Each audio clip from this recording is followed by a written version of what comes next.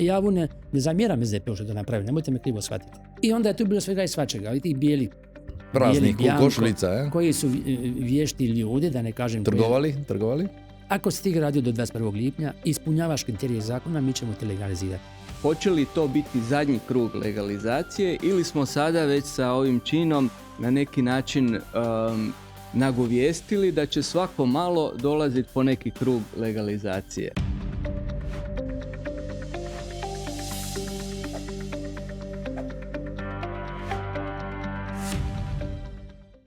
Tri nova zakona koji obuhvaćaju prostorno uređenje, gradnju i energetsku učinkovitost u zgradarstvu izazvala su veliku raspravu u javnosti. Hrvatska komora arhitekata je reagirala na zakon o prostornom uređenju dok ga je oporba nazvala privatizacijom 2.0. Što je sporno u novom paketu zakona, interpretira li ih se točno? Na sva ta pitanja odgovaraju nam ministar prostornog uređenja, graditeljstva i državne imovine te potpredsjednik vlade Branko Bačić i arhitekt urbanist dr. Krunoslav Schmidt, profesor na Arhitektonskom fakultetu. Sad, što je točno privatizacija 2.0 i loše interpretacije? Gdje smo? Dakle, postojeći zakon o prostornom uređenju i gradnji stupio na snagu 1. siječnja 2014. godine. U zakonu o gradnji je još posebno bilo obrađeno jedno od temeljnih zahtjeva za građevinu, to je energetska učinkovitost. U zgradarstvu to da od 7 temeljnih zahtjeva za građevinu samo jedna bude tema obrađena u zakonu o gradnji nije bilo prikladno. I kada smo odlučili napraviti tu reformu i ići sa novim zakonom o prostornom uređenju i zakonom o gradnji, onda smo iz zakona o gradnji izvukli one odredbe koje su se doticale energetske učinkovitosti i njima smo pridodali i odredbe iz zakona o energetskom učinkovitosti koju je predlagatelj Ministarstva gospodarstva, tako da sada kada govorimo o energetskoj učinkovitosti u zgradarstvu, tu imamo sve na jednom mjestu u tom posebnom zakonu koji je sada prošao prvo čitanje u Hrvatskom saboru. Dakle, mi smo se odlučili na 2 nova zakona, zakon o prostornom uređenju i zakon o gradnji, kako bismo poboljšali sustav prostornog uređenja u Hrvatskoj, učinili ga transparentnim, prije svega iz razloga što moramo od 1. siječnja, kako smo to najavili, idemo u potpunu digitalizaciju, izradu novih prostornih planova, napuštamo sustav analognih postojećih prostornih planova, idemo u novi sustav prostornih planova koji će na drugačiji način transparentno i jednoznačno pokriti cijeli prostor Hrvatske. Sada vam je u prostornim planovima u Hrvatskoj pojedina oznaka kojom se definira određena namjena različita, ako govorimo o Dubrovniku ili Vukovaru, iste u Zagrebu, iste oznake ne znače ujedno i istu namjenu prostora u pojedinim planovima. Dakle, to je također jedan od razloga da unificiramo, jednoznačno odredimo sve namjene u Hrvatskoj. To je bila jedan od razloga. Drugi od razloga je željeli smo donijeti i definirati zakonom koji su to strateški prostorni planovi, pak su to državni i županijski za pokrivanje cijele Republike Hrvatske, ali u okviru tog strateškog prostornog plana kao što je državni plan prostornog razvoja definirat će se projekte od državnog značaja za koje će se projekte direktno iz državnog prostornog plana izdavati građevinske dozvole. Dakle, oni će biti ujedno strateški, a za projekte od državnog značaja će biti i provedbeni dokument. Takva je slična situacija i sa županijskim planovima, on će biti strateški za prostor županije, a za one zahvate u prostoru projekte koji su od županijskog značaja, iz njega će direktno ići građevinske dozvole, a cijeli prostor jedinice lokalne samouprave, osim onog dijela koje obuhvaćaju projekte državnog županijskog značaja, će se detaljno uređivati taj prostor. Htjeli smo dodatno zaštititi prostor Republike Hrvatske, biti će večeras tijekom ovog našeg razgovora i konkretnih odredbi koji dodatno štite prostor. To nam je bilo vrlo važno. Bilo nam je važno učiniti propulzivnim prostorno uređenje, da se prostorni planovi mogu realizirati. Naime, prostorni plan je podzakonski akt, to je ono što je vrlo važno. I temeljem tog prostornog plana našim sugrađanima nastaju legitimna očekivanja koja iz tog plana proiziđu i mislimo da mi kao država, kada ti naši sugrađani iz tih prostornih planova imaju legitimna očekivanja, da im se to legitimno očekivanje u razumnom roku treba i omogućiti. To nam je bila vrlo važna postavka. Htjeli smo ubrzati donošenje prostornih planova, to je bilo vrlo važno, ubrzati donošenje prostornih planova na način da kada se donose prostorni planovi grada, županije, odnosno grada, općine i županije, da onda njihove izmjene ne treba ponovno prolaziti kroz strateške procjene utjecaja na okoliš, što je znalo značajno odugovlačiti donošenje tih dokumenata, tako da kada se ne mijenja u bitnome namjena, ne treba više raditi stratešku procjenu utjecaja na okoliš, to ide jako brzo i kada se donosi primjerice generalni plan Osijeka i kada se na tom prostoru donose urbanistički planovi uređenja, za njih ne treba raditi više stratešku procjenu utjecaja na okoliš, jer se podrazumijeva da kada je donesena strateška procjena utjecaja na okoliš za cijeli grad, da je onda... Za cijelu županiju ili govorimo o gradu, ako je grad Osijek ima svoj prostorni plan i na temelju njega donese generalni urbanistički plan, kada se sada donosi plan nižeg reda, kao što je urbanistički plan uređenja, ne treba ponovno ulaziti u stratešku procjenu utjecaja na okoliš, jer izrađivač strateške procjene tada sagledavao i taj mikroprostor koji uređuje urbanistički plan uređenja.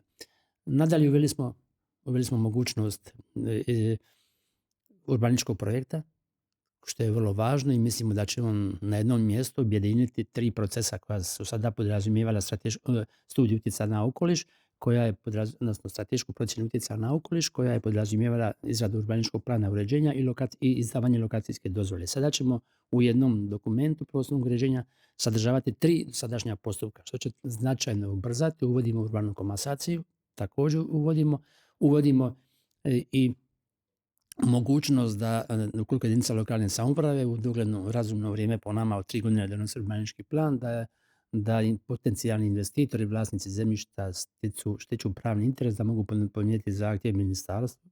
To ćemo također vjerojatno o tome više. A što se tiče Zakona o gradnji, također potpuno digitaliziramo sustav gradnje. U Republici Hrvatskoj dižemo ga na višu razinu, pojednostavljujemo procedure za izdavanje građevinskih dozvola. Ili je cilj dozvola u 30 dana, koliko sam negdje pročitao? Dakle, opći upravni postupak propisuje 60 dana referentu, ali mi mislimo da u 30 dana on vrlo komotno može donijeti građevinsku dozvolu, s obzirom da će mu sve što treba, a vrlo je mala, niska dokumentacija, smanjili smo obim dokumentacije za izdavanje građevinske dozvole za manje složene zgrade, a to vam je 90% svih građevinskih dozvola u Hrvatskoj su obiteljske kuće. I mi ćemo na tom postupku tražiti kao država ovim zakonom idejni projekt, uvjete priključenja i dokaz pravnog interesa, dakle vlasništvo ili pravo građenja ili već nešto, i to već samim time projektant će ostvariti sve pretpostavke da nadležni upravni odjel županije, odnosno velikog grada ili jedinice lokalne samouprave koja ima u svojoj nadležnosti izdavanje građevinskih dozvola vrlo brzo realizirati cijeli taj projekt. Dakle, to je jedan novi, ovo sam sve rekao, novosti koje bi ovi sada zakon trebao donijeti. To je svojevrsna reforma. Ja znam da reforma uvijek nekad, svi reforme zazivamo. Kad do reformi dođe, svi smo protiv njih. Pitat ćemo doktora Šmita što on kaže. Kako ste uspjeli? Koliko ste uspjeli u ovom prijedlogu? Još nije ovo. Znači, tek sad ide drugo čitanje i do nove godine bi trebalo biti usvojeno. Trebali bi idući tjedan biti u raspravi u Hrvatskom saboru. Pa dobro, što se tiče arhitektonske urbanističke struke, mi smo naravno pratili taj proces u onoj mjeri u kojoj je to bilo ostvarivo. Mi smo željeli više sudjelovati u izradi rješenja, bilo kroz ova formalna tijela koja su osnovana. Neki možda jesu, a većina mojih kolega recimo da nije imala prilike do te mjere sudjelovati do koje je željela, tako da je to jedan od recimo razloga i zbog kojeg mi kao arhitekti imamo u stvari dosta pitanja. Kolege koje su bile u tom procesu možda su primijetile da je taj postupak donošenja bio ove pripreme zakona bio naravno organizirano od strane ministarstva sa jednim velikim tijelom od 50 ljudi, čini mi se, koje je bilo zaduženo za praćenje izrade tog dokumenta, a takva tijela onda, s obzirom na tako veliki broj ljudi, nemaju mogućnost da se aktivno uključe u izradu cijelog tog dokumenta. Zbog toga smo mi koji smo sudjelovali u tome imali osjećaj da dolazimo na neki način da nam se prezentiraju već gotova, pripremljena rješenja na koja onda nismo imali prilike dati svoj doprinos da se ona poboljšaju, da se možda koncipiraju na način koji bi ugradio ona neka naša iskustva koja imamo iz prakse, a koja bi možda mogla biti korisna za taj novi oblik zakona koji se priprema. Tako da s te strane je bilo dosta upitnika, bilo je ne znam koliko tisuća, 3000 primjedbi, odnosno sugestija, ne? Sugestija. 1700 na ovaj zakon. A 3000 ukupno na sve. Da. Ali u svakom slučaju jedan jako veliki broj upita. Ja bih rekao zbog toga što, kao što vi kažete, uvodi se reforma. Svaka reforma nosi jako puno novosti, a te novosti su možda nedovoljno u ovom trenutku jasne našim kolegama. Ono što mi možemo iščitati iz samog teksta zakona i između redova možda govori o nekim upitnicima, o nekim nejasnoćama koje možda možemo pa idemo konkretno, ajmo odmah, ja mislim da gledatelje zanima koje su to nejasnoće. Recimo, ajmo od početka.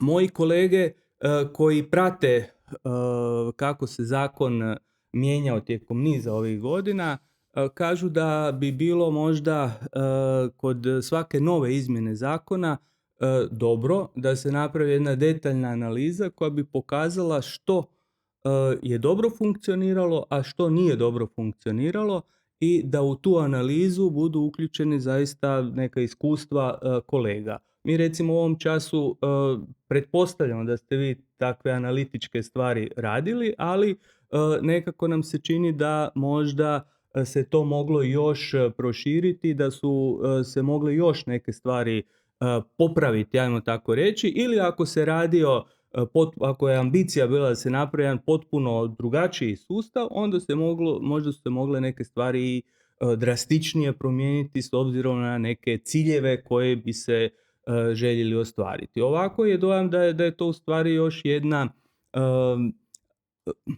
pa neću reći malena korekcija, ali ne ključna i krucijalna korekcija zakona kojeg sada imamo. Tako da u tom smislu vidimo neke poboljšice, ali isto tako i vidimo možda još propuštene prilike da se, ako se sustav ide postavljati tako da anulira sve postojeće pogreške, da se on napravi iz temelja. To je recimo ona nekakva uvodna stvar. Potom kolege koji također prate izmjene zakonskih rješenja tijekom godina kažu da se taj naš sustav nekako svakom novom verzijom zakona možda čini manje jasan u odnosu na to kako je cijela hijerarhija prostornog planiranja postavljena. Ona je od početka bila zamišljena na način da imamo generalni, odnosno onaj vrhovni ili plan na vrhu, prostorni plan uređenja cijele Republike, da potom idu prostorni planovi regionalni, županijski, kako god ih zvali, da nakon toga ide sustav prostorni planova uređenja općina, odnosno gradova, GUP-ovi, i potom isto tako urbanistički planovi uređenja, nekad su postojali detaljni planovi uređenja i to je bio jedan sustav koji je postavio različita mjerila, različite obuhvate u jedan međusobni hijerarhijski odnos gdje se onaj plan višega reda, kako mi to kažemo, uvijek je definirao pravila u koja su se morali ugraditi planovi nižega reda. Zar ne ostaje to tako? To ostaje najvećim dijelom tako, ali sad su uvedeni još paralelni kolosijeci ili paralelni putevi da se neke prostorne intervencije dogode i možda na drugačiji način, a ne unutar tog sustava.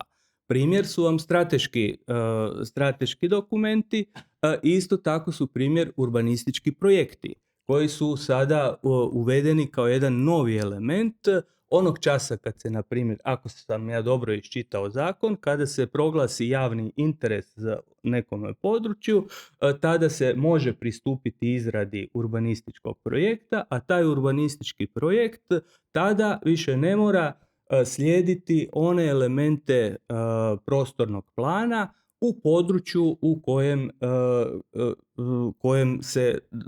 kojem on namjerava provesti intervenciju.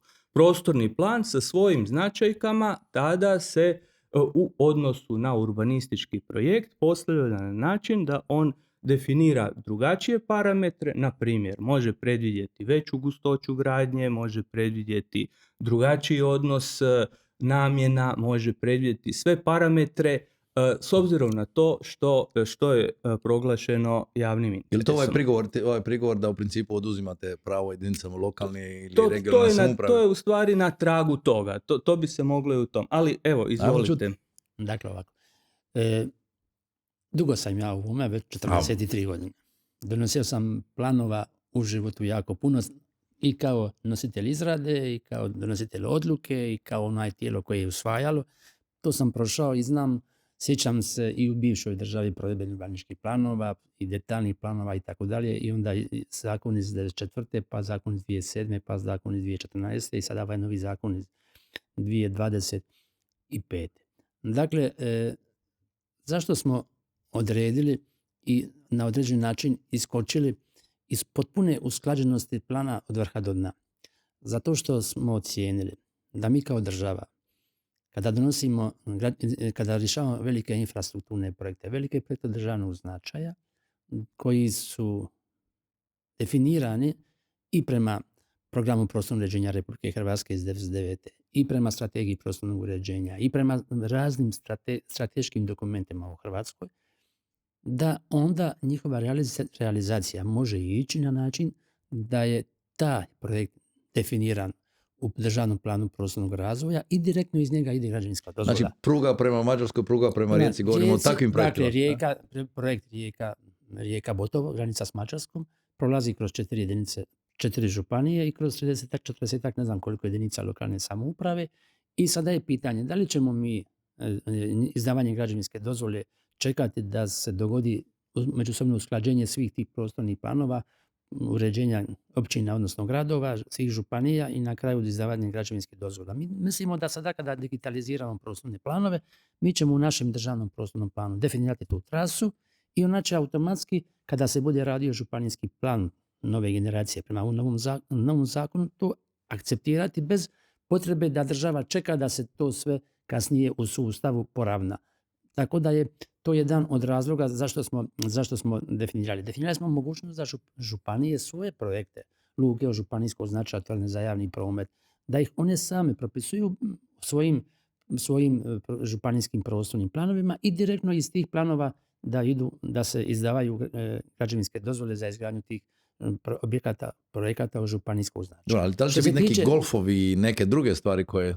Dakle, pazite, propisano je zakonima koji su objekti od državnog značaja, koji su objekti od županijskog značaja, a koji su objekti od lokalnog značaja. I kad spominjemo urbanistički projekt uopće ne zadire u autonomiju jedinice lokalne samouprave. Dakle, urbanistički projekt je jedan vid prostornog plana. Sada smo imali državni plan prostornog razvoja, imali smo prostorni planove županija, prostorni plan uređenja grada i ispod njega onda generalni urbanistički plan, imali smo prostorne planove uređenja gradova i općina.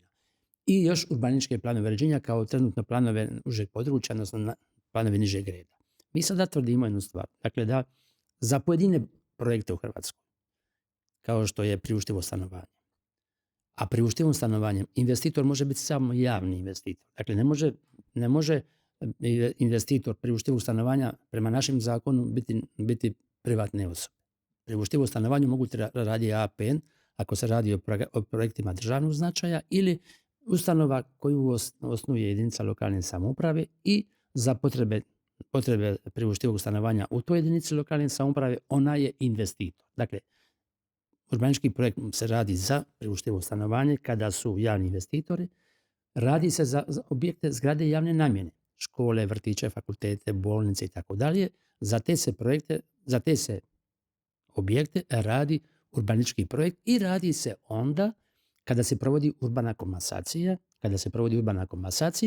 i kada nema detaljnog plana uređenja prema kojemu će se formirati građevinske parcele za koje će kasnije omogućiti na njima gradnju. Dakle, i to za projekte od državnog značaja opet donosi država urbanistički projekt, za županijskog značaja županija, a za projekte od lokalnog značaja može taj urbanistički projekt donijeti predstavničko tijelo jedinice lokalne samouprave. Dakle, ako primjerice neka općina u Hrvatskoj želi izgraditi neki sportski centar ili neki grad želi izgraditi sportski centar, a nije donesen urbanistički plan uređenja za taj prostor, može se odmah ići u izradu urbanističkog projekta, da se ne treba raditi najprije stratešku procjenu utjecaja na okoliš, pa onda ne treba raditi urbanistički plan uređenja i onda ishoditi lokacijsku dozvolu. Dakle, to su 3 projekta. Mi sa urbanističkim projektom sva ta 3 procesa sada svodimo na jedan jedinstveni proces urbanističkog projekta. Taj prijedlog je, to je važno reći, profesore, kada smo krenuli u izradu zakona o prostornom uređenju, ja sam držao niz sastanaka sa komorom i sa udruženjem arhitekata. Nama su u listopadu ili studenome 2023. Hrvatska komora arhitekata napisala 10 načela na kojima bi trebalo napraviti novi zakon. Ta su načela dostupna, komora ih ima ih udruženja arhitekata, među njima je bio i komasacija, urbana komasacija, i u njima je bila urbanistički projekt. Dakle, u tim načelima koja smo mi prihvatili i mislimo da su jako dobra, su nam sugerirana od strane Hrvatske komore arhitekata. Ali očito imaju neke razlike u pristupu. Ja bih naveo možda 2 primjera, pa možda možemo ilustrativno na njima. Jedan je primjer, recimo, područje Gredelj u Zagrebu, koje je jedan veliki prostor unutar grada Zagreba, koji se očekuje da će se transformirati. On bi mogao biti jedan od projekata koji bi mogao ispuniti tu kategoriju javnog interesa. Ako smo mi dobro iščitavali taj zakon, a vi mi pomozite ako možda nešto griješim, to bi onda značilo da bi taj projekt, ukoliko se proglasi projektom državnog interesa, tada mogao ići po toj liniji projekata koji u stvari ne moraju više slijediti ono što je propisao generalni urbanistički plan, već se na tom mjestu može realizirati program koji je zamišljen sa takvom titulom javnog interesa koja se tom prostoru dodijelila.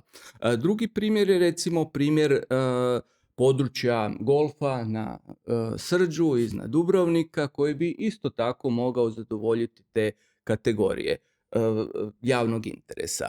Ono što mene brine u tim rješenjima koja su napisana jest činjenica, bar ja tako iščitavam, da urbanistički projekt u tom slučaju ne mora više, s obzirom na to da on nije urbanistički plan, nego je on jedan akt koji u stvari izdaje ministarstvo, on ne mora više, on nema obavezu da ima sudjelovanje javnosti. Ne, to je krivo. Dakle, ako možete nam to rastumačiti. Urbanistički projekt ne može ići izvan namjene GUP-ove. GUP grada, ako govorimo o grupu grada Zagreba ili generalnom urbanističkom planu grada Dubrovnika, urbanistički projekt sadržava namjenu koju bi na tom prostoru donio i urbanistički projekt, i urbanistički plan uređenja.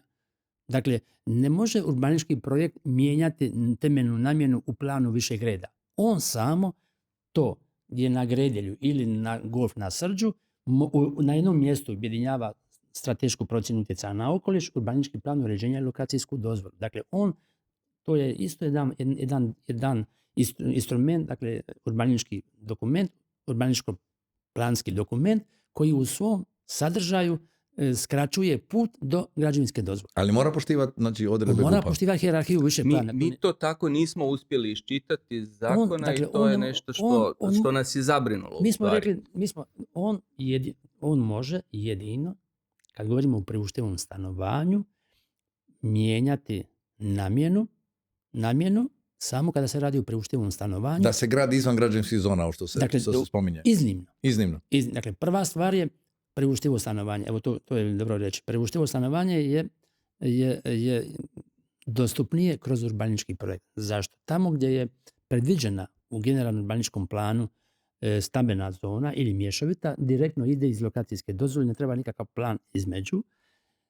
Međutim, kako bismo dosegli to priuštivo stanovanje, kako bismo omogućili izgradnju novih stambenih zgrada, a vidite da je i sada i u svim gradovima problem sa lokacijama za novogradnju.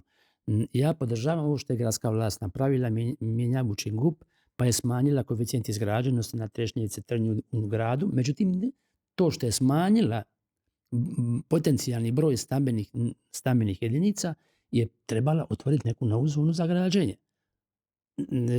Ako je smanjen koeficijent izgrađenosti za 1/3, znači da ćete vi tamo gdje ste mogli graditi 30 stanova, sad ih možete graditi 20.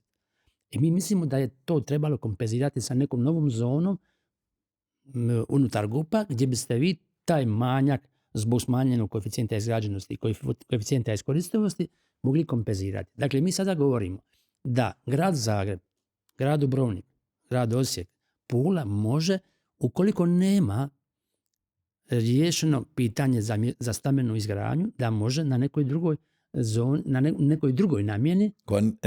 Nije građevinsko, nije nužno građevinsko. Koja je građevinsko. A, građevinsko, okej. Koja može ići sa urbaničkim projektom to prenamijeniti, ali to donosi gradsko vijeće tog grada. Nije to mimo i rasprave sa zainteresiranom javnošću, javno savjetovanje je također 30 dana u urbaničkom projektu i tu nema dileme. Dakle, to se ne može izvan očiju javnosti donositi urbanički projekt. Recimo da je to ono što je mene jako zabrinulo, jer ja kad sam iščitavao taj prijedlog zakona, ja nisam mogao naći uporište za to.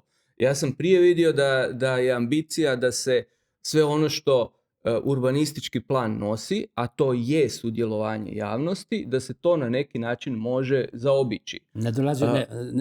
Profesor, nema šanse da će urbanistički projekt mimoići zainteresiranu javnost. 30 dana će biti javna rasprava. To uopće nema dileme. Ali onda on ima sve karakteristike kao jedan detaljni plan uređenja. Tako je. Temeljem kojeg se izdaje dozvola. I on je već lokacijska dozvola. Dobro, ali on ima riješeno, on sam urbanički projekt. Mora se građevinska nakon toga izdati. Naravno, kad vi potvrdite urbanistički projekt kao ministarstvo, mi ga nećemo potvrđivati ako ga donosi grad Zagreb ili jedinica lokalne samouprave. Dakle, može ga donijeti i grad Zagreb, može ga i županija, može ga i grad Split. I svatko je li to onda pojednostavljenje ili... Ako se 2-3 procesa spoje, to je pojednostavljenje, ali je isto tako nama veliki strah kako će se taj sam proces odvijati. Tu su sad te teme koje su ostale otvorene. Rezerva i zabrinutost. Još ako mogu samo se osvrnuti na ovo priuštivo stanovanje, dakle mi kako smo iščitavali zakon, mi smo zaključili da je priuštivo stanovanje moguće graditi i u područjima izvan građevinskog područja. Vi ste sad malo prije rekli da je unutar građevinskog. Na pitanje sam dodatno rekao iznimno. Dakle, iznimno se može. Da vam dam konkretan primjer. Ako grad Split nema zonu stambenu gdje može brzo to realizirati, priuštivo stanovanje, jer mu je ima zonu za stanovanje, međutim tamo je jako puno privatnih malih vlasnika, malih parcela. To zemljište je neprilagođeno da može brzo izgraditi neko malo stambeno naselje od 1700-600 stanova. Dobro. Mi smo rekli da grad Split može ići na područje škvera, može ići na neku zonu, primjerice iz Žnjana u Splitu. To smo već gledali. Ima jedna turistička ugostiteljska zona koja je za grad Split neperspektivna. Za grad Split je neperspektivna, a vlasništvo grada Splita je, dakle, da grad Split bez izmjene GUP-a, bez donošenja prostornog plana na toj zoni urbaničkim projektom odmah ide u ishođenje lokacijske dozvole i tu odluku donosi predstavničko tijelo. Ali iznimno za priuštivo stanovanje. Samo za i za dvoranu. I za dvoranu, javni interes. Može dvorana, može biti bolnica i tako da. Ako grad Split to nema, hipotetski nema čak ni takvo zemljište, onda može iznimno uz građevinsko zemljište urbaničkim projektom stvoriti građevinsku površinu koja mora biti naslonjena na osnovnu infrastrukturu. Dakle, mora imati mrežu. Znači, ne smije biti bilo gdje. Tu smo se svi mora bavili biti u kontaktu sa građevinskim područjem. To je bitno. Ne može sada iskočiti tamo 5 km. Dakle, to nije precizirano, tako da mi to iščitavamo da je moguća i ta situacija. To smo profesori ispravili. Ispravili smo, čuli smo. Pa mi smo rekli da ćemo čuti i raspravu. Rekli smo, dakle, u iznimnim slučajevima kada javni investitor nema mogućnost brzo realizirati izgradnju zgrada za priuštivo stanovanje, onda može i na PŠ-u, dakle na poljoprivredno-šumskom zemljištu niske kvalitete, ako je to zemljište u kontaktu sa građevinskim i ako ima osiguranu, dakle, prometnicu, da ne radi se potpuno novi. Pa da, jer to je onda širenje infrastrukture i svega što je puno skuplje nego gradnja uz postojeću infrastrukturu. Da, meni je tu sad samo pitanje da li za proširenje građevinskog područja bi bilo uputno da i javnost bude upoznata sa tim. Ali vi tvrdite da urbanistički projekt znači uključivanje javnosti. Članak 152. zakona vam govori da urbanistički projekt donosi se u proceduri urbanističkog plana uređenja. S time što objedinjava kroz njega i lokacijsku, i urbanistički plan uređenja i postupak iz zaštite okoliša i prirode i donosi ga predstavničko tijelo ako je to urbanistički projekt od državnog značaja. Od lokalnog značaja. Od lokalnog značaja. Ali ako je od državnog, onda ide... Donosi vlada. Onda vlada, ali to je... Ali samo malo. Dakle, da ne bi ostalo negdje u javnosti kako je to sad neki novitet da nešto donosi vlada. Dakle, to je definirano zakonom iz 2013. godine.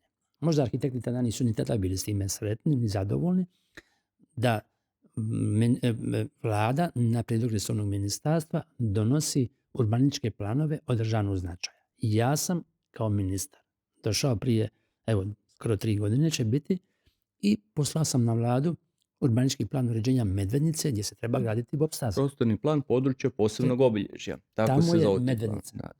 I to je urbanistički plan uređenja i mi smo, unutar Medvednice se donosi urbanistički plan uređenja gdje se radi bob staza. Mi tu smo već tada kao država propisali zakonom iz 2014. godine propisali smo da postoje, vi to jako dobro znate, profesore, postoje urbanistički planovi uređenja od državnog i županijskog značaja, koje, ako je državno donosi vlada, ako je županijska skupština. Dakle, nije to sad naša izmišljotina da može urbanistički projekt donijeti država, jer država i onako može donijeti urbanistički plan uređenja za projekte državnog značaja. Dobro, to nije novo sada u zakonu, ona je već i prije bila. Mi smo došli skoro kraju ovog prvog dijela koji ide na televizije. Mi očigledno ćemo još morati puno pričati o ovom drugom dijelu, nego bih htio reći prvo da može se čitati, znači možemo čitati ovaj podcast u Novom listu, Glasu Istre, Glasu Slavonije, Zadarskom listu i na ovom portalu Pogled.hr, tu vam stalno imate link koji možete skenirati sa kamerom telefona, nego mislim da je ovo bilo onako govoreći o nekom općem interesu i za investitore, jedinice lokalne samouprave. Svakako bih htio sljedeći, imam 10 minuta, da malo dotaknemo ovu temu. Hoćemo sve urediti, a opet sad legaliziramo nešto što je bilo prije.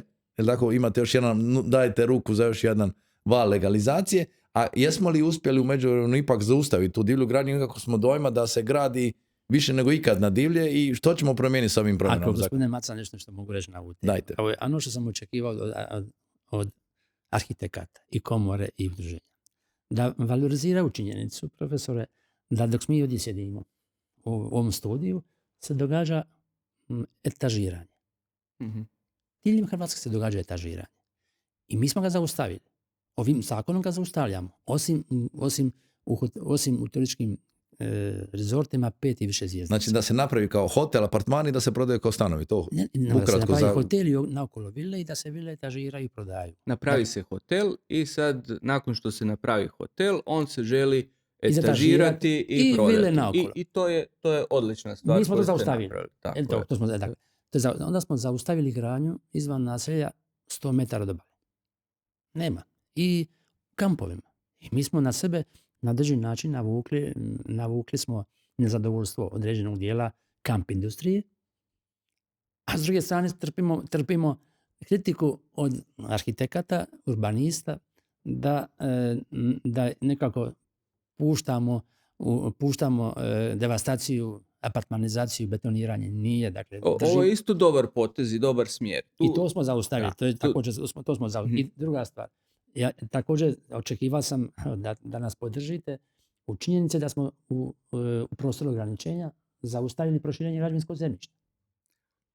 To je ogromna. Znači, proširenje je postalo puno teže, mora se opravdati, ne može biti... Mora biti 100% izgrađena infrastruktura da bi jedinica lokalne samouprave u prostoru ograničenja, to je 1000 metara od obalne crte, mogla širiti građevinsko zemljište.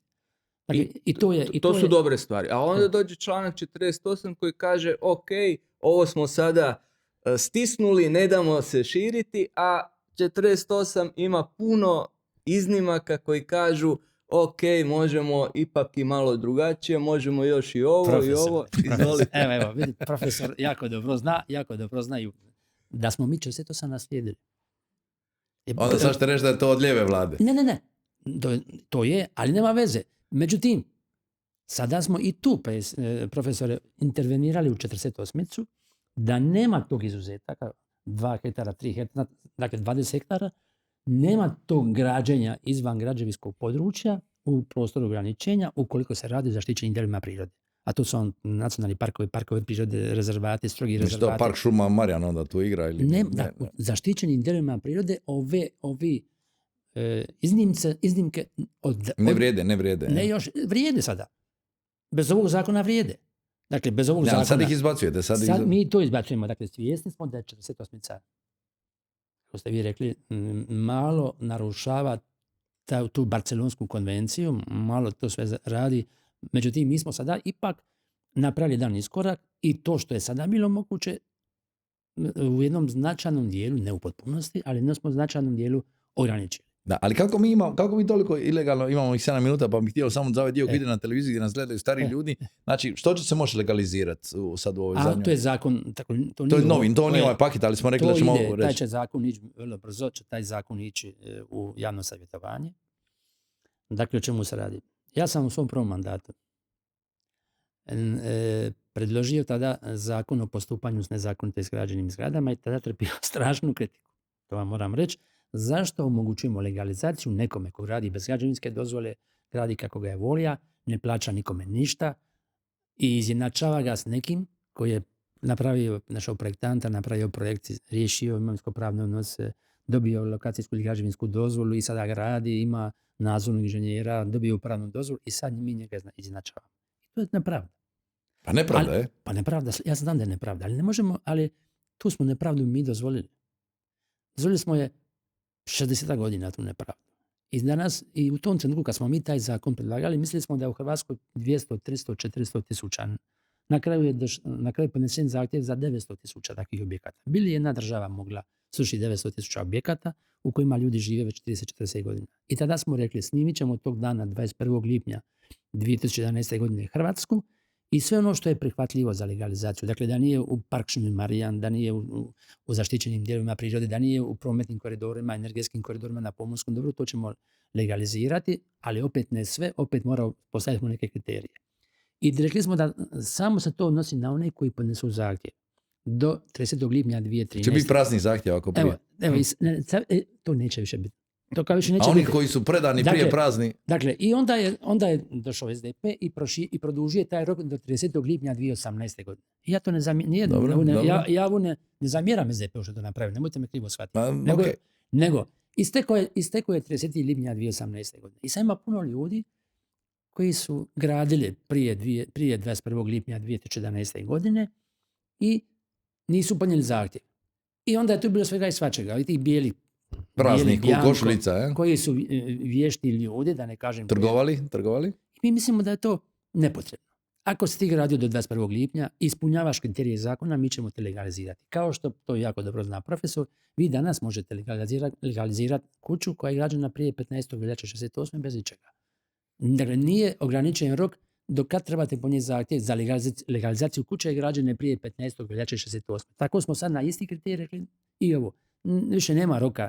Vi ćete legalizirati svaku gradnju, ako je u skladu, ako nije točno na iznimkama, ako je građena do 21. lipnja 2011. Ako je na onim snimkama, ja? Tako je. Samo kratko, možda jedna mala crtica. Ta nelegalna gradnja u stvari počinje još iz prve polovice 20. stoljeća. Iz prije Drugog svjetskog rata možemo pratiti kako ona ide skroz do danas. Meni je pitanje, hoće li to biti zadnji krug legalizacije ili smo sada već sa ovim činom na neki način nagovijestili da će svako malo dolaziti po neki krug legalizacije. Kako vi to tumačite? Profesore, ja ću vam reći, dakle, što se mene tiče i ove vlade, nema legalizacije, nema niti jedna kuća nije legalna koja je građena nakon 21. lipnja, bez građevinske dozvole, 21. lipnja 2014. godine. Nema. To je nigdje, nikakav pogled na takvu legalizaciju u ovoj vladi ne postoji. A da bismo spriječili legalizaciju u zakonu smo o prostornom uređenju kroz naš ISPU, informacijski sustav prostornog uređenja, sada radimo poseban modul prostorna inspekcija.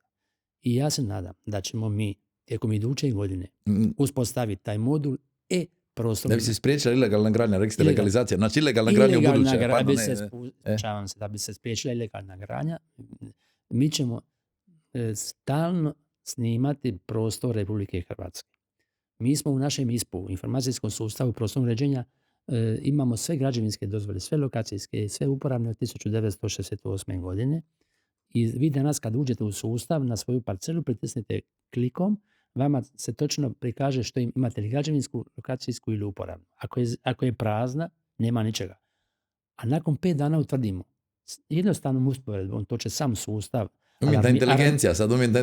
On će alarmirati da na toj čestici se nešto događa, a nema nikakvi dokument. I odmah će ići informacija i alarm komunalnom redaru i građevinskom inspektoru. I to je dobra stvar koju ste promijenili. Je li bio to onaj prijedlog IDS-a da se spusti na lokalnu razinu inspektore? To se spustili. I sad u stvari oni mogu za odmah bilo kakav takav pokušaj ilegalne gradnje odmah zaustaviti. Mogu, ali mi njima sada dajemo alat da ne mora ni obilaziti. Ne treba čekati prijavu za bespravnu gradnju. Njega će sam sustav prostornog uređenja obavijestiti da se na nekoj čestici za koju nema ni lokacijski ni građevinske događa gradnja. To će ga sam sustav, jer uspoređivat će se karta od danas, pa nakon 5 dana će se ponovno uspostaviti. Otkad s time krećete? Naš ljudi će reći, ajmo mi sad to na brzinu nešto staviti na parcelu. Nemamo legalizacije, on može danas početi graditi, nema legalizacije. Bez građevinske dozvole, ako vi danas krećete gradnju, ovaj zakon koji slijedi, na vas se ne odnosi. Ali profesore, zašto smo toliko, imamo jednu minutu, 2 do kraja ovog dijela, zašto smo toliko gradili ilegalno? Što je bilo? Je li bila greška u tome što smo im dali struju i vodu? Tijekom tog 20. stoljeća bili su različiti uzroci, od toga da je država na taj način radila ispušni ventil, ne ova naša država, nego države prije toga, pa do toga da se na neki način su se rješavali socijalni slučajevi. Ova gradnja opet na Jadranu je svoja priča za sebe. Ali zanimljivo je, evo nedavno je napravljen jedan doktorski rad na tu temu koji je proučavao bespravnu izgradnju u Hrvatskoj. Ja sam bio mentor pa sam to ovako usput pratio. Zanimljivo je što se sve to događalo i koje su to sve situacije bile. Dakle, nelegalna gradnja nije tek nedavna izmišljotina, nego ona ima svoju dugu u stvari povijest kroz čitavo prošlo stoljeće. Znači, to je narodni zakon o gradnji, pa dok te nulove možeš raditi što hoćeš. Različiti zakoni, različiti pokušaji zakonskih rješenja, pa do različitih oblika gradnje koju su lokalni graditelji željeli preko vikenda ili uz pomoć nekih lokalnih običaja provoditi. A mi smo sad na kraju ovog dijela koji ide na lokalne televizije. Obično nam se dogodi oko kad postane najzanimljivije, nama isturi ovaj dio koji ide na lokalne televizije, ali zato ćemo poslati sve da nas gledaju na YouTube u ovom nastavku, jer vi ste se isto sad dopustili, malo ste se počeli i konfrontirati i pričati i sad ćemo ići na konkretne stvari, tako da vas pozivamo da jednostavno se preplatite vidite ovaj kod koji vam nudimo, otvorite kameru na mobitelu, iskenirate i preplatite se da vidite i nastavak ovog razgovora i gledamo se opet sljedeću subotu u 10. obično u ovom drugom dijelu prvo predstavimo malo goste, pa profesore, čisto par riječi o vama. Niste slučajno tu u emisiji. Ja samo o sebi pričam. Pa to nam ide da se malo predstavite. Računamo da je to najlakše reći, ne? Dobro, dakle, ja sam arhitekt, urbanist, radim na Arhitektonskom fakultetu Sveučilišta u Zagrebu, tamo predajem jedan kolegij koji se zove Urbane preobrazbe, radim jako puno na različitim projektima sa studentima, radimo projekte različitih mjerila od prostornog planiranja pa do tih projekata koji su na granici arhitekture i urbanizma.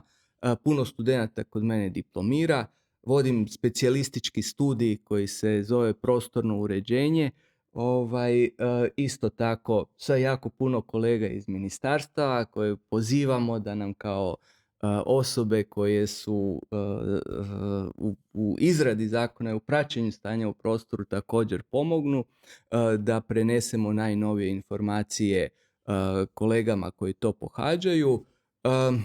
Uz to radim urbanističke planove, urbanističke projekte, arhitektonske. Znači, dobro znate o čemu govorite iz prakse. To je... Iz prakse, ali u rasponu od arhitekture, urbanizma i prostornog planiranja. Pa tu sam vidio da je bio strategija prostornog razvoja Republike Hrvatske. Tako je, ja sam bio, to je 2017. onaj dokument koji je donesen. Recimo jedna zanimljiva spoznaja iz tog razdoblja, u tom trenutku u Hrvatskoj je bilo, mislim da smo računali negdje između 200 i 300 različitih međusobno neusklađenih strategija koje su definirale prostor i različite aspekte njegovog korištenja. To je recimo bilo dosta šokantno kad smo to istraživali. Ne znam, što vas još možda interesira? To vidim da ste radili ovaj stambeno naselje Novi Jelkovec. To je bilo priuštivo stanovanje iz onog razdoblja. Tako da mogu iz prve ruke reći što je sve detaljni plan uređenja mogao izrealizirati, a što nije, gdje su nastajala uska grla, gdje su nastajale poteškoće i da li bi ih možda urbanistički projekt uspio riješiti da je tada postojao. Bio bi sigurno. Ali je li smatrate to da je to uspješno rješenje? Sad je li zaživjelo? Bilo je u jednom trenutku pitanje hoće li zaživjeti? Je li novi Jelkovec? Uvijek su tako veliki projekti pitanje kako će se oživotvoriti. Za mnoge projekte treba puno vremena da prođe prije nego što oni dožive svoj puni uzlet i razvoj. Recimo, ako se prisjetite Novog Zagreba, danas se prepoznaju njegove kvalitete grada u zelenilu, kada takav grad možda ne postoji u mnogim dijelovima koji nemaju te kvalitete. Ne znam što bi istaknuo iz tog razdoblja. Evo, baš me zanima, jako me taj urbanistički projekt zainteresirao zbog toga što ja sam zaista iščitavao da on može odstupati od svih pravila koje to radi i da ne mora uključivati građane u postupku javne rasprave. Taj dio, ta dva elementa su me posebno zabrinula zbog toga. Znači, da ste ga imali tada, moglo biti fleksibilnije kroz javnu raspravu sve. Ne, javna rasprava je tada provođena i ona nam je bila važna ne zbog toga da nam uspori proces, nego zbog toga da dobijemo još neke informacije da projekt bude bolji, da ispuni potrebe građana i da se poveže sa gradom u kojem je. Tako da svako izostavljanje tog uključivanja javnosti i još jedna tema zanima, to je participacija javnosti u ovom novom sustavu digitalnog donošenja planova. Čini mi se da, u stvari ne znam kakva ste rješenja zamislili, ali ako nema više javnog izlaganja i okupljanja, nego se sve pretvori u digitalni sustav, ne znam kako će to funkcionirati za one koji možda ne barataju tako tehnologijom koja se očekuje. Ako ja mogu ovako ko laički što sam vam slušao, ja samo shvaćam da digitalna tehnologija ne može promijeniti suštinu plana, ali se puno lakše može jednoznačno kopirati sa ovog vrha do dna. Tako je. To će da nema tih odstupanja. Mora biti jednoznačno na svim razinama plana. Okay.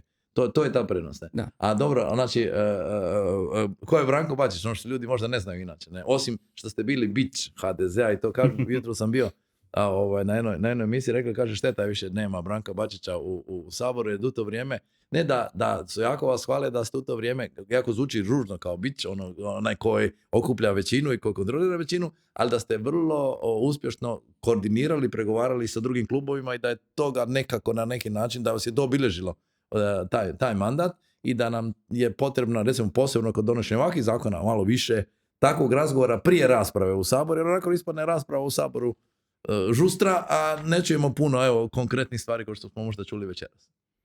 Pa dobro, ja sam nešto stariji nego profesor Schmidt.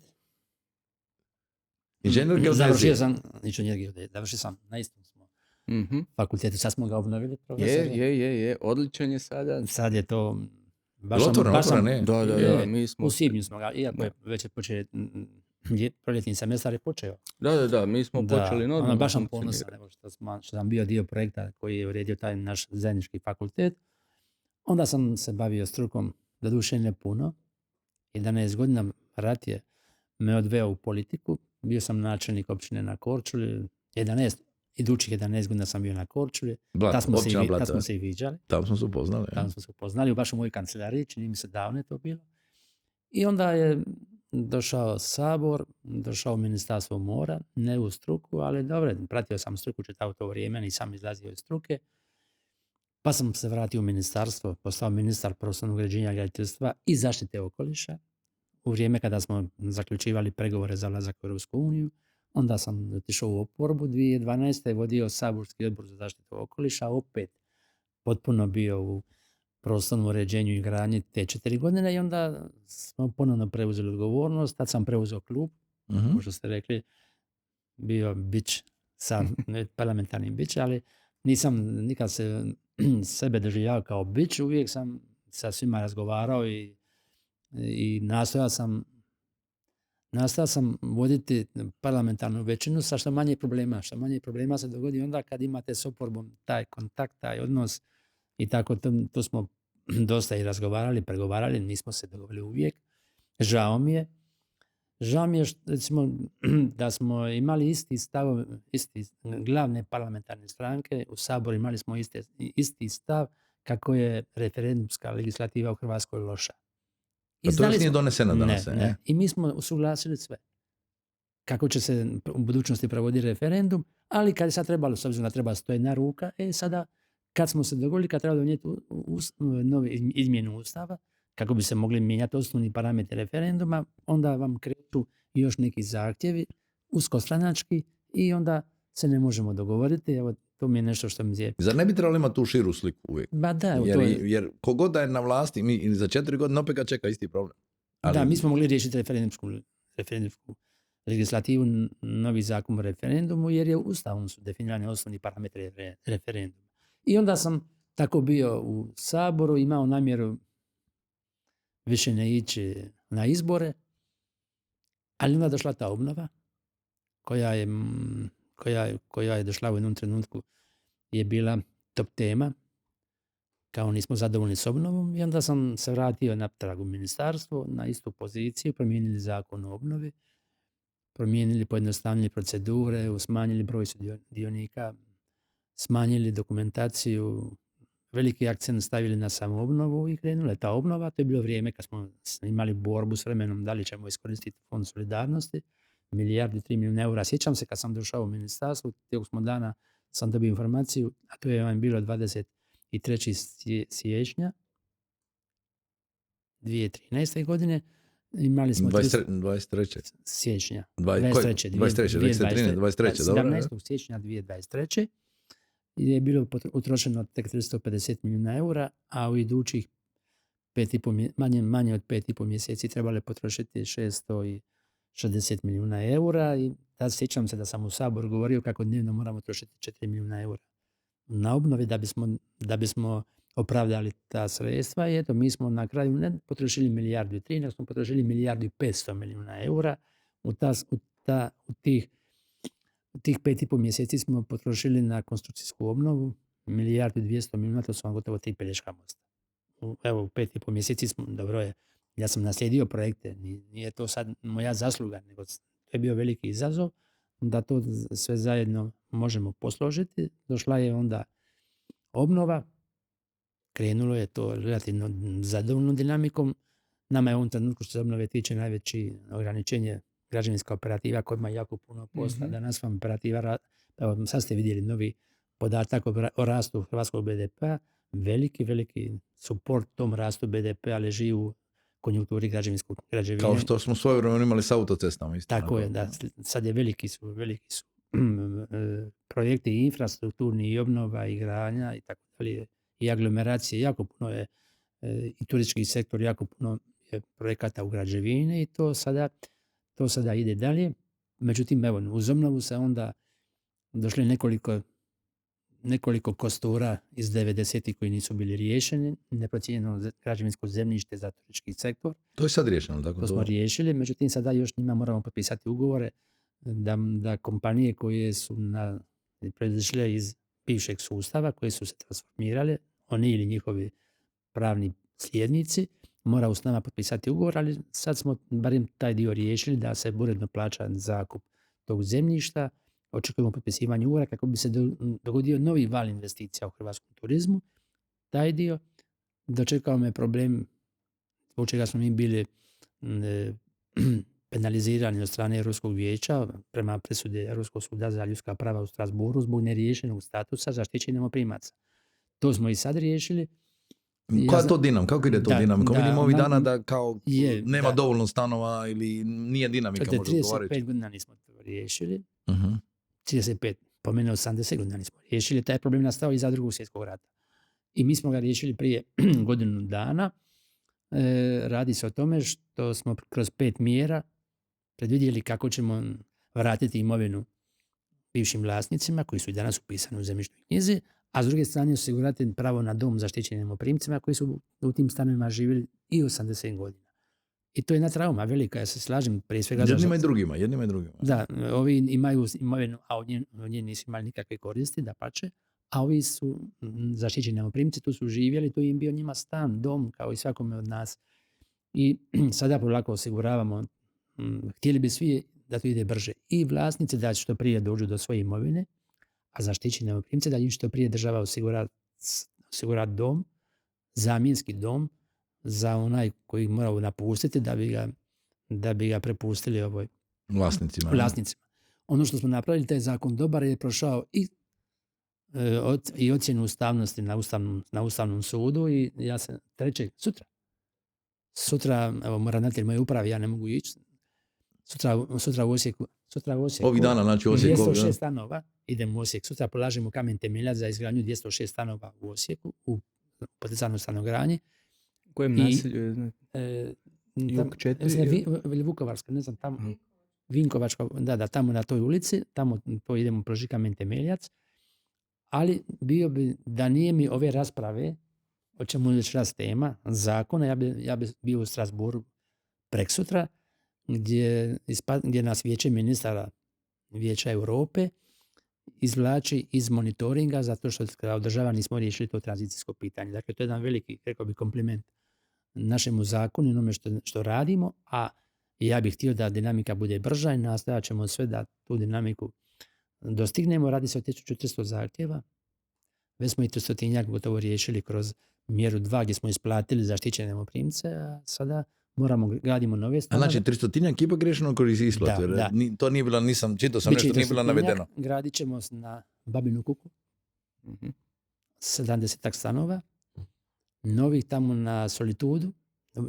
Kupili smo zemljište i građevinsku dozvolu od vrtlara, komunalnog poduzeća iz Dubrovnika, tamo ćemo gradimo sada u Splitu, gradimo također stanove na Blatinama, na Sirobuji gradimo nove stanove za zaštićene najmoprimce, gradimo u Zagrebu, već počeli graditi na lokaciji Blato, ali je žalba na Dekomu i koliko onda procjenjujete? Sljedeći par godina bi se to moglo riješiti? Svi 1400 moramo riješiti. Ali koja je dinamika? Sljedeći 3-4 godine s ovom gradnjom? Ja to sad ne mogu reći, ali volio bi da to bude u 2-3 godine. U 2-3 godine, ok. Ajmo mi ono što ste vi predložili sad, što isto jedna tema koju nismo uspjeli dirnuti u prvom dijelu, ta urbana komasacija koju ste vi predložili, koliko su arhitekti su bili se zalagali za to, ali onda je nekako došla interpretacija da može neki privatnik koji ima 51% vlasništva može otkupiti, prisilno otkupiti 49% od ostalih vlasnika, odnosno izvlastiti ih privatnik. Je li sad tu, gdje smo, evo, možda vi, profesore? Teorijski, urbana komasacija je jedan alat koji u urbanizmu je praktički oduvijek prisutan. Mnoge zemlje Europske unije ga primjenjuju i on je nužan da bi se mogli realizirati projekti koji imaju u sebi ugrađenu potrebu da se nešto što je parcelacijski usitnjeno, da se racionalnije iskoristi. Ako imate unutar nekog obuhvata, zahvata u prostoru, jako puno malih parcela koje su tako postavljene da ne možete racionalno iskoristiti taj prostor, onda je alat urbane komasacije onaj koji vam to omogućava. I to je alat koji nam je nedostajao jedan veliki niz godina. On je na neki način... Znači struka je za njega. Struka je za njega i to je nešto što je našoj struci jednostavno nedostajalo. Od toga se na neki način Hrvatska država uvijek htjela malo udaljiti zbog svih negativnih iskustava iz prošlosti, iz razdoblja prije 1991. kada se to provodilo ne pod tim imenom, ali na neki dosta grubi način. Uzimala dobra zemlja, davala loša, ne? Pa ne samo to, nego uzimala, pa je onda pitanje što se je dobivalo nakon toga, ali je to bio alat koji su, bez obzira na ta naša negativna iskustva, brojne druge zemlje čitavo to razdoblje imale u praksi provedbe i izrade urbanističkih planova. Ono što se tu može postaviti kao pitanje, da li je taj postupak u cijelosti osmišljen na način da bude transparentan, da bude svima jasno jasno kako će se on provoditi i da svi oni koji u njega ulaze imaju nekakvu sigurnost i povjerenje da će to biti napravljeno na način koji će zaštititi interese svih onih koji u taj postupak ulaze. Jer je sad već bila priča kao OECD nam omogućuje da stranci kupuju zemlje kao Hrvati, pa će kupiti stranac nešto, pa onda uzimati Hrvatima, građanima Hrvatske. Evo, profesor je to baš profesorski objasnio urbanu komasaciju. Tako da što se tiče tog dijela urbane komasacije, ja tu nemam što dodati. Ono što da otklonimo strah. Dakle, nema urbane komasacije bez urbanističkog plana uređenja. To je prva stvar. No, urbanistički planovi uređenja, sada ovi koji su na snazi, nemaju, jer nije bila to zakonska obveza, nemaju definiran obuhvat komasacijskog područja. I kako nema tog obuhvata, neće biti komasacije ukoliko se ne utvrdi obuhvat. Sada, kada se donese prostorni plan, urbanistički plan uređenja, to gospodin Šmit jako dobro zna, današnji naši urbanistički planovi uređenja, premda su planovi najniži planovi, planovi uskog područja, nemaju ucrtane građevinske čestice. U pravilu. Ako mogu samo to dakle, taj problem je nastao kada su ukinuti detaljni planovi uređenja. Znači, mi smo imali sustav u kojem su jedno vrijeme paralelno funkcionirali urbanistički planovi uređenja i detaljni planovi uređenja. DPU, znam da je DPU. Bilo je i DUP i DPU, i PUP je bio i provedbeni urbanistički plan. No, u svakom slučaju, ti detaljni planovi uređenja su se od urbanističkih planova uređenja razlikovali više manje po jednom elementu. Po tome što su definirali parcelaciju unutar tog parcelaciju građevinskog zemljišta i oni su recimo bili spremni da bi mogli imati komasaciju. Međutim, komasacija se tada nije provodila. A zakonodavac, koji god da je bio, je rekao da nam takvi planovi ne trebaju. I da nam je bolje sa urbanističkim planovima uređenja bez tog lista parcelacije. Jeste li sad to onda riješili? Samo da kažem još jedan međukorak koji se dogodio. Onda smo mi kao arhitekti unutar tog formata urbanističkog plana uređenja u razdoblju kad je to bilo moguće, kad nije sve bilo definirano sa kućicama, znali dodavati dodatne listove, dodatne grafičke prikaze koji su za one zahvate u prostoru gdje je bilo nužno definirati parcelaciju, to ipak imali kao dodatni list, kao dodatnu informaciju koja bi onda olakšala provedbu takvih prostorno-planskih dokumenata i bajpasirala taj formalni nedostatak da... Dobro, ali sad ga ispravljamo, sad taj nedostatak ispravljamo. Ajmo sad čuti kako je to riješeno. Nemam što dodati, nego reći što je strah oporbe.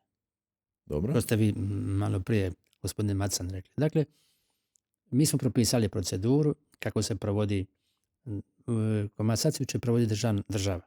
Mi mislimo da u ovom trenutku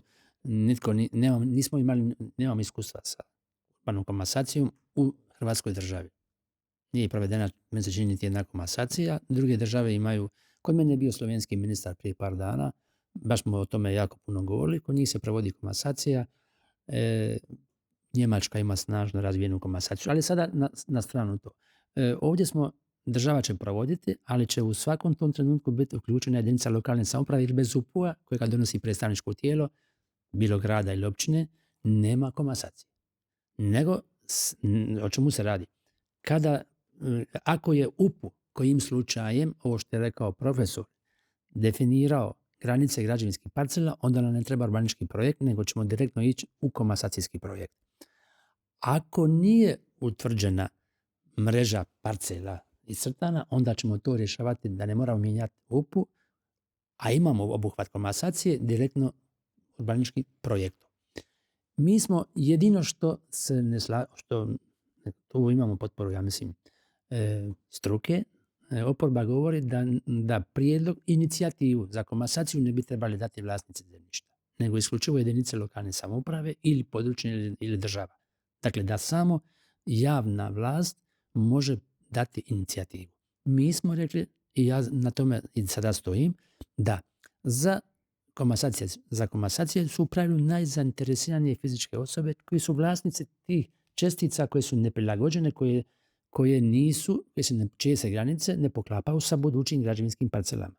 I rekli smo, zakonom propisali da tu inicijativu može ponijeti 50% plus jedan vlasnik. Može biti 50, a može biti samo jedan. Uh-huh.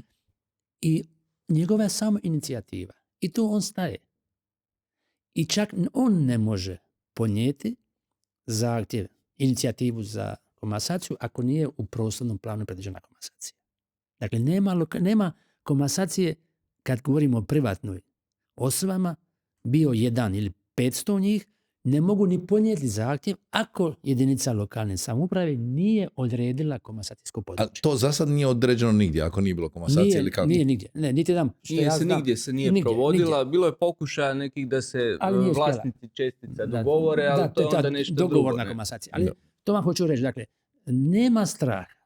Jedinica lokalne samouprave neće joj se dogoditi neki zločesti investitor koji će sad nešto napraviti. Ništa ne može napraviti taj investitor dok ta jedinica lokalne samouprave u svom urbanističkom planu ne utvrdi granicu. A dobro, ali imali smo ovaj slučaj u Prelogu, zar nije sad mi kažu da je u stvari to problem zato što su ove elektrane u drugom zakonu? Ne, to je izvlaštenje. To je komasacija. Ne, ali tu sad dolazi tim, od tog iskustva dolazi da je netko došao na poljoprivredno zemljište, rekao... Ne, tu je greška po meni županijskog upravnog odjela, ne može se izdati lokacijska dozvola bez energetskog odobrenja. To smo mi zakonom predvidjeli, to je zakon o tržištu energije također propisao, to je greška, mi smo sad tamo u nadzoru i to će se voditi svojim, nego što je sporno, što je izazvao najveći prijepor između nas i arhitekata. To je članak 208. 208, taj članak vam je daje sljedeće određenje, da ako nadležna jedinica lokalne samouprave je svojim generalnim urbanističkim planom ili prostornim planom uređenja grada ili općine propisala građevinska zemljišta, onda za to zemljište je legitimno očekivanje da ćete vi tu moći graditi. Ali je rekla jedinica lokalne samouprave svojim planom, GUP-om ili prostornim planom, da biste vi gradili trebamo donijeti taj plan nižeg reda, taj čuveni UP. Ja ću vam reći primjer grada Zagreba.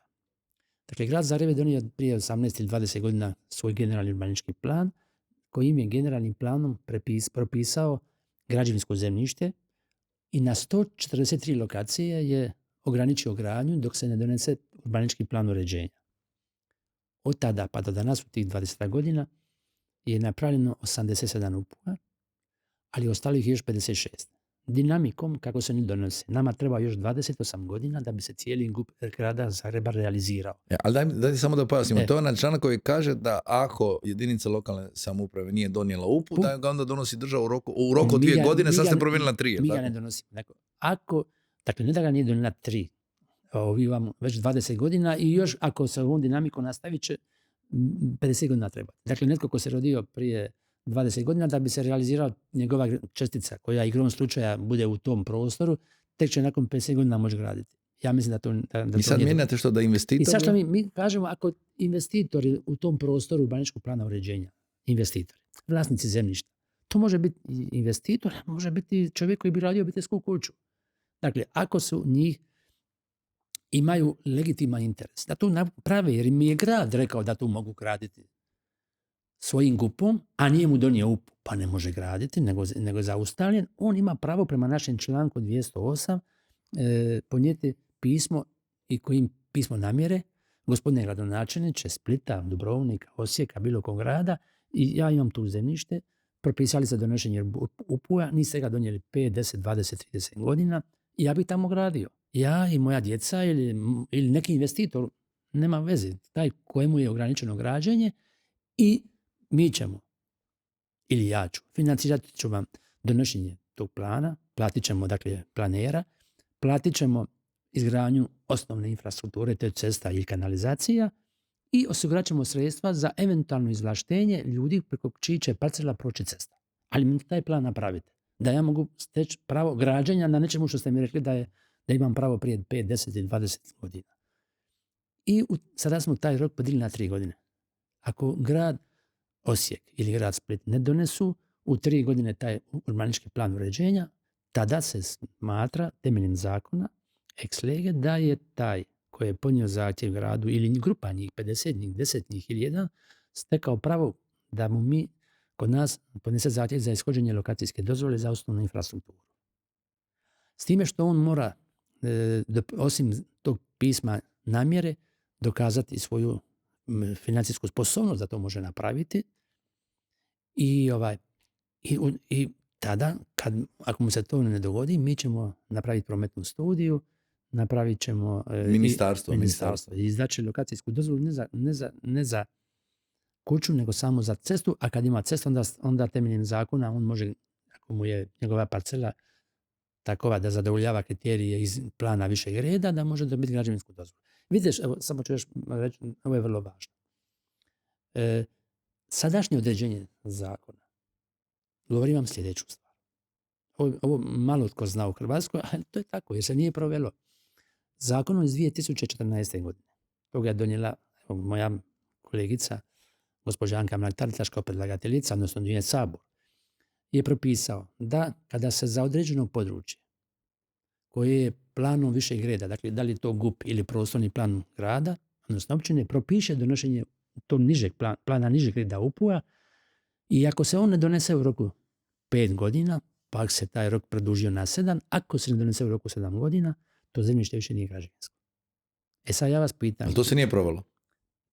Ja se s time ja ne mislim da to nije u redu. Sad ja vas pitam, kad sam u gradu Dubrovniku, gradsko vijeće propiše nekome da mu je negdje u Podbrežju parcela građevinska i ta parcela vrijedi 500-700 tisuća eura, i sad grad nije donio urbanistički plan uređenja, vi ste tu to zemljište vrijedi puno manje. I ja osobno mislim da to nije dobro određenje, nego da je bolje, po meni, na ovaj način, s propisanim rokom, nekako potaknuti jedinicu lokalne samouprave da donese taj urbanistički plan uređenja, i u tom slučaju mi kao država nemamo tu nikakvog daljnjeg uplitanja u taj odnos. Ja sam htio malo komentirati ovo. Inače, u teoriji urbanističkog planiranja generalni urbanistički plan je generalni plan koji definira razvoj jednog grada. A on u stvari u mnogim zemljama nije provedbeni.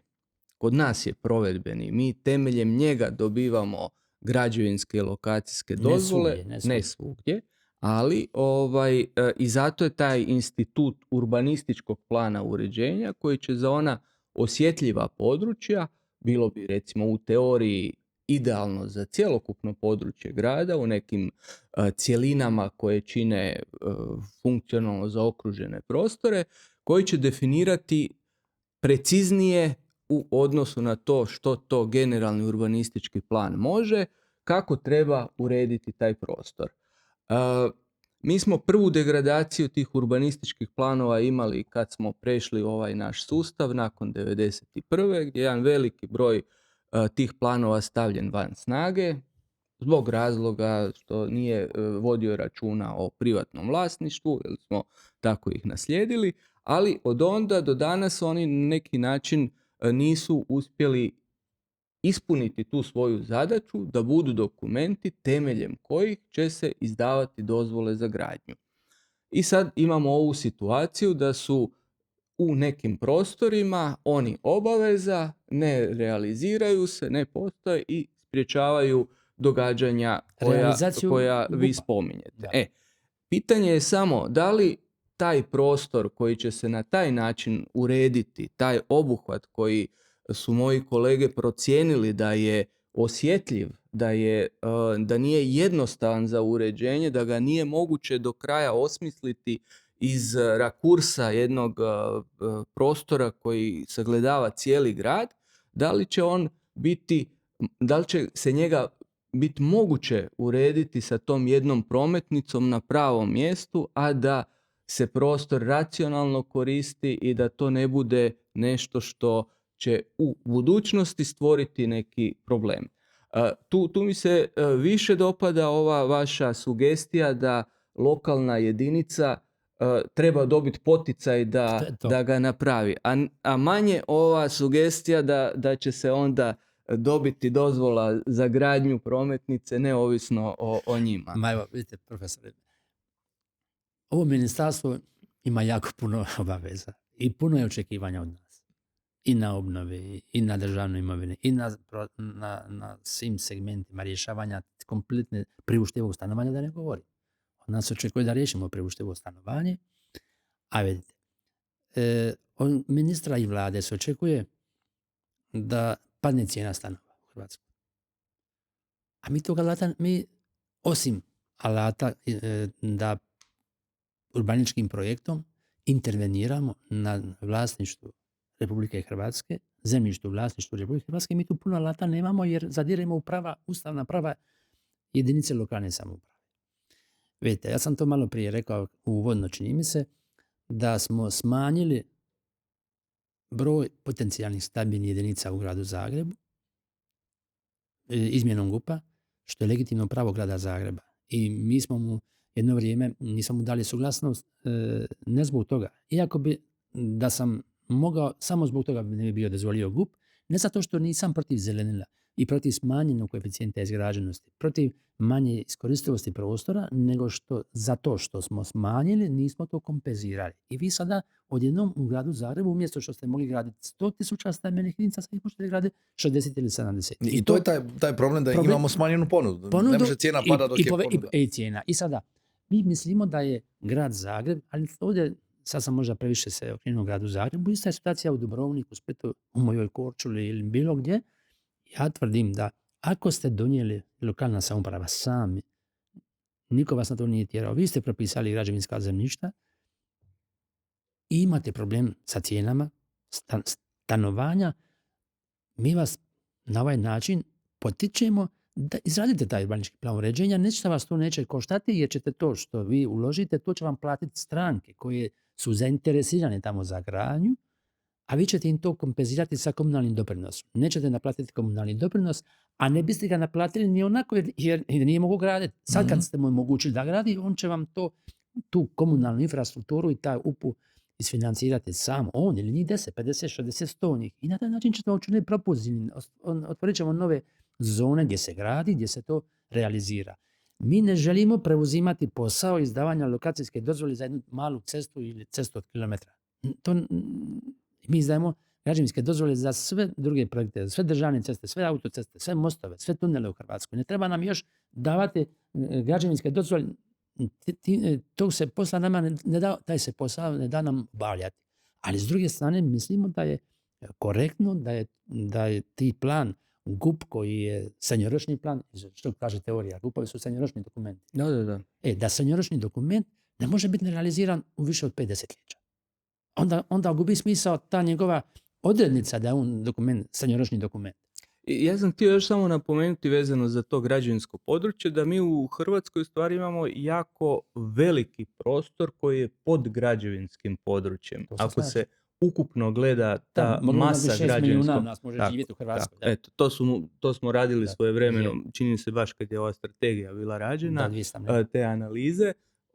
I sad je pitanje koje se tu postavlja kako to što smo već zapasali kao građevinsko područje, kako to aktivirati i kako to iskoristiti. I infrastrukturno opremiti. I opremiti, naravno. Ali pitanje je da li sve onda se postavlja ili na koji način doći do toga da ono što je već sve unutar... Nije država naložila jedinici lokalne samouprave da toliko građevinsko... Lokalne samouprave su htjele. Oni su htjeli progutati više nego što su mogli govoriti u Ustav. Mi smo toga svjesni. Da. I sada sad je nastao problem sa tim velikim prostorom. Mi smo ispitivali kako i na koji način ne zaustaviti izgradnju tamo gdje ona osnovnim prostorno-planskim dokumentom omogućena, a ovisi malo i o volji jedinice lokalne samouprave.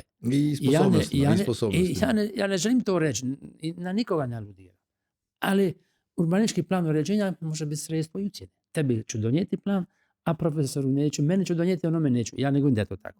Ali ima vam ljudi koji misle, pa čekaj, zašto imam tu kuću i tu mi je predviđen nekakav koridor i već čekam 30 godina, ne mogu dobiti građevinsku dozvolu za rekonstrukciju kuće jer se čeka kako će se riješiti prostor tog koridora, te prometnice. Pa riješimo to, donesimo to i dajmo čovjeku pravo da gradi, anticipirajući to projektno rješenje koje je u tom urbanističkom planu trebalo biti doneseno. Mi smo lijepo se zapričali, možemo još ovako, ja mislim, dugo pričati, ali dajte da završimo sa jednim pitanjem koje mi se danas postavilo. Sve ove planove digitalizirate, moraju se raditi na novom zakonu i onda ispada kao da uložili su silni novci u prostorne planove, pa će se oni sad kao poništiti, morat će se raditi novi u 5 godina. Mislim, pa može se koristiti podloga, vjerojatno. Od sutra. Od prvoga. Od prvoga. Mi smo svjesni da je zahtjevno napraviti planove nove. Sami smo to radimo, svakodnevno u tome sudjelujemo, pa znamo kako to traje. Ako neka jedinica lokalne samouprave iz objektivnih razloga treba hitnu promjenu, onda će ona nju raditi prema sadašnjem zakonu, ali napravit će digitalnu transformaciju.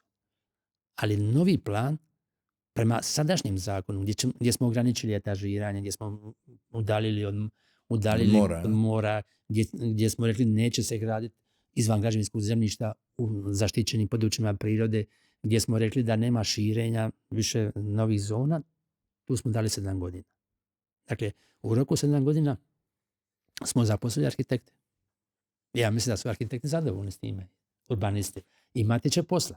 Mislim da je ministarstvo jako puno dalo posla u idućih 7 godina, ali da ne bi sada nekome kome sad stvarno treba hitna izmjena zakona iz jako velikog broja razloga, da mi sad blokiramo investiciju u Hrvatsku. Ne pada na pamet. Oni će moći takozvanu točkastu, brzu izmjenu svog prostornog plana napraviti, ali kroz transformaciju. Tako da ovi planovi koje sada mi transformiramo vrijedit će i oni 7 godina. 7 godina. To mi je bilo za očekivati da postojeći planovi vrijede, vi ih transformirate? Mi transformiramo i oni će vrijediti do daljnjega, a kada budu morali raditi novi plan, potpuno novi plan, sukladno ovom zakonu, morat će raditi po ovom zakonu. Mi sad imamo situaciju u stvari da imamo bezbrojne izmjene i dopune postojećih prostorno-planskih dokumenata. Do te mjere da ih je više nemoguće izbrojati. Ako slučajno imate problem sa tim da dođete do brojke 20 ili više od 20, tako da je ta situacija sa brojnim izmjenama jedna od recimo problematičnih točaka koje imamo u sustavu prostornog planiranja. Ono što se sad tu dogodilo sa ovom tranzicijom ili transformacijom, kako je zovete, je da smo sad te neke 20 puta izmijenjene prostorno-planske dokumente pokušali u zapisu u kojem su bili pretvoriti ili prebaciti u taj digitalni oblik, računajući da se neće na njima ništa promijeniti. Međutim, čitav taj čin tranzicije iz jednog u drugi u stvari je promjena. Kako god da to, nemoguće je takav jedan složeni dokument iz jednog načina risanja ili opisivanja prostora pretvoriti u jedan potpuno drugi koji je baziran na vrlo precizno definiranim elementima u sustavu koji je postavljen da bude digitalan i da bude na svim razinama jednak. Dakle, to je jedan od problema koji se dogodio. Mnogi moji kolege se s tim poslom trenutno bave jer je jako puno takvih planova potrebno napraviti u nekom razdoblju koje je u tijeku. I sad se postavilo pitanje, a šta ćemo sad sa ovim novim zakonom? Da li to znači da odustajemo od ovog, da smo ovo sad radili pa ponovo krećemo iz početka? Ja osobno bi volio da nakon ovih bezbrojnih izmjena konačno ponovno krećemo raditi planove koji iz početka pokušavaju sagledati stvarnost oko sebe, postaviti ciljeve, zadatke, postaviti nešto što sve ove verzije zakona o prostornom uređenju nisu imale, a to su koncepti razvoja, vizije razvoja, nekakva slika, ideje generalne koja se nekako izgubila. Mi u teoriji sa studentima 90% vremena na tome radimo. Što su ideje razvoja prostora, kako se on organizira, kako se on može... A onda kad dođu u praksu, shvate da ih niko to više ne traži i to su teme koje bi volio da su više prisutne i da se pojavljuju i u rješenjima koji se u praksi pretvaraju u prostorno-planske dokumente temeljem kojih se kreće u gradnju u nekoj sljedećoj fazi. Ne, tu smo na istom poziciji, apsolutno. Međutim, i mi smo htjeli da se ovaj zakon vrlo brzo provede kroz prostorne planove. Ali čuli smo i povratnu informaciju da nije to tako moguće brzo. I mi smo sada dali 7 godina, a ja se sjećam kada smo donosili 2004. godine najprije uredbu o zaštićenom području mora, obalnom području mora, pa kasnije kad smo to pretočili u zakon da smo bili dali 2 ili 3 godine rokov da sve jedinice lokalne samouprave uz more moraju svoje prostorne planove. Pa i danas nemamo utvrđenu granicu pomorskog pojasa. Pomorskog dobra nemamo, svega 10%, to isto nije rješenje. Evo i sad smo još jednu stvar, sad ste me potaknuli. Mi smo ovakvim sada prijedlogom zakona spriječili gradnju na prvom redu uz more bez prethodno utvrđene granice pomorskog dobra. To nam je državno odvjetništvo, tu s nama na tome inzistira, jer stvarno imamo gradnji gdje vam je ogradni zid od parcele, a skoro iz kuća, zid od kuće u moru. Praktično u moru. Za malo veće plime vi ne možete proći nego vam je kuća. Prema tome, to smo sada propisali u zakonu da u kontaktnom području s pomorskim dobrom do utvrđivanja granice pomorskog dobra nema građenja. Što vam hoću reći? Mi bi htjeli da što prije prostorni planovi budu oslonjeni na ove nove zakonske postavke koje ćemo donijeti, ali smo dobili i povratnu informaciju, pa i u Saboru raspravi da je to prekratak rok, da nemamo ni novaca sada, tako dalje. Pak smo to čuli i protivno našoj volji, to vam moram reći, ipak produžili to na 7 godina i produžili smo taj rok u kojemu bi trebalo, a i teško je donijeti toliki broj prostorno-planskih dokumenta u kratko vrijeme. 3600 sam uvodio nešto. Imam vam 576 jedinica lokalne i područne samouprave.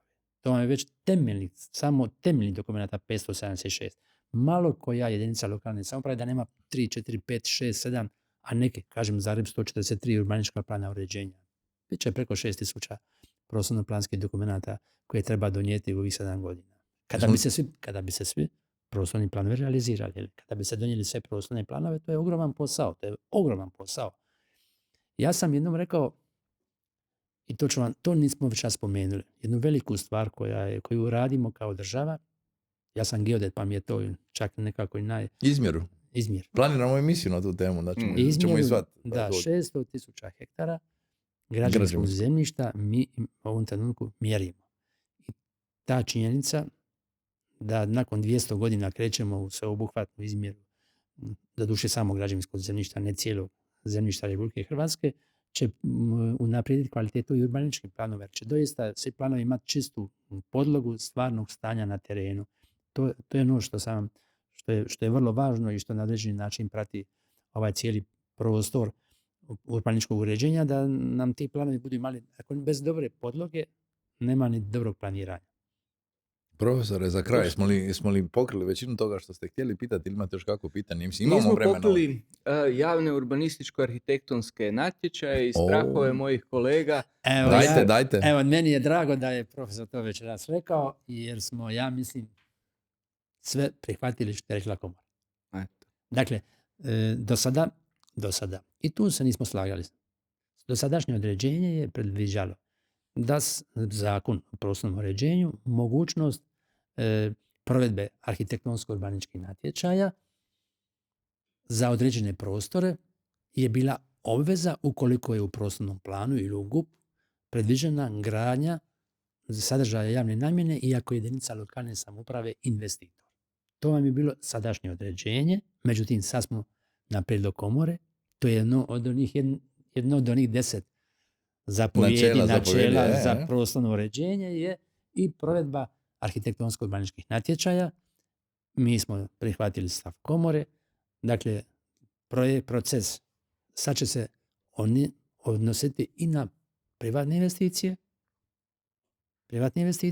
Jedino što je naš zahtjev da ukoliko je nekom investitoru nametnuta provedba arhitektonsko-urbaničkog natječaja, da mu te troškove, koji nisu mali, se kompenzira iz komunalnog doprinosa. Jer ja sam svjestan da grad ima određene dijelove koji su mu vrlo važni za vizuru, da su to prostori križanja i tako dalje, koji zahtijevaju vrsnost građenja i to ja podržavam, ali ako neki investitor zbog toga ima značajno povećanje troškove građenja, da mu se to prebije sa komunalnim... Poštena kompenzacija. Tako, i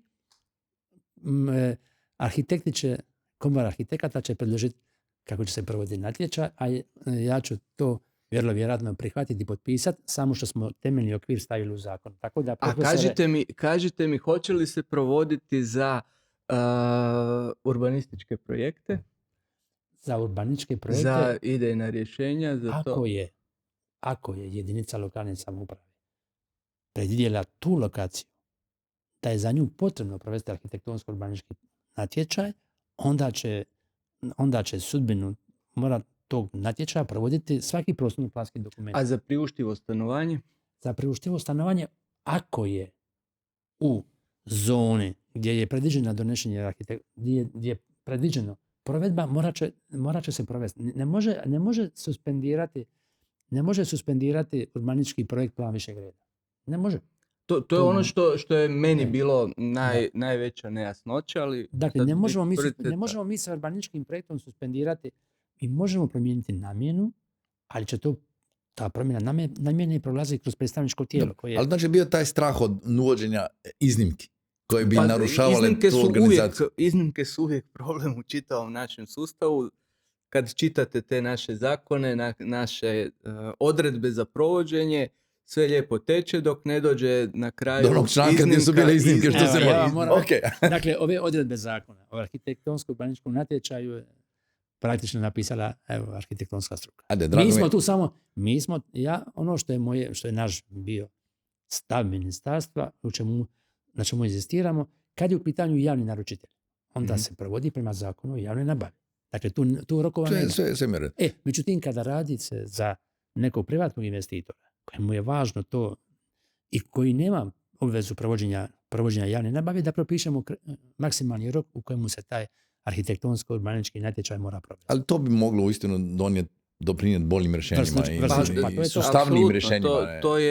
To je jedini naš alat koji smo uspjeli izmisliti u ovih 100 godina, koji garantira da dobivamo neku kvalitetu u prostoru koju svi težimo u stvari. Ja bih vam se zahvalio prvo što ste došli, što ste tako konstruktivno razgovarali, jer mislim da nam ovdje u Špici pokušavamo pokazati javnosti da se može i o stvarima kojima se ne slažemo razgovarati konstruktivno i na kraju možda i dogovoriti, jer ako ne vićemo onda se možda slušamo jedni druge. Potrebali smo malo dulje, ali mislim da je vrijedno. Ja bi se još jednom zahvalio i na kraju smo ove Špice. Preplatite se na naš YouTube kanal, gledajte nas i dalje. Recite koje bi to teme gledali. Znači, ovu digitalnu izmjeru, katastarsku izmjeru ćemo imati. Planiramo da bi pričali o tome, da kažemo ljudima da izađu na teren, da vide što to rade geodeti, da im pomognu, jer je u biti njihovo vlasništvo. I omeđe svoje parcele. Omeđe svoje parcele, to najbitnije, to je njihovo vlasništvo. Gledamo se ponovo u sljedeću subotu u 10 sati, vidimo se na Špici.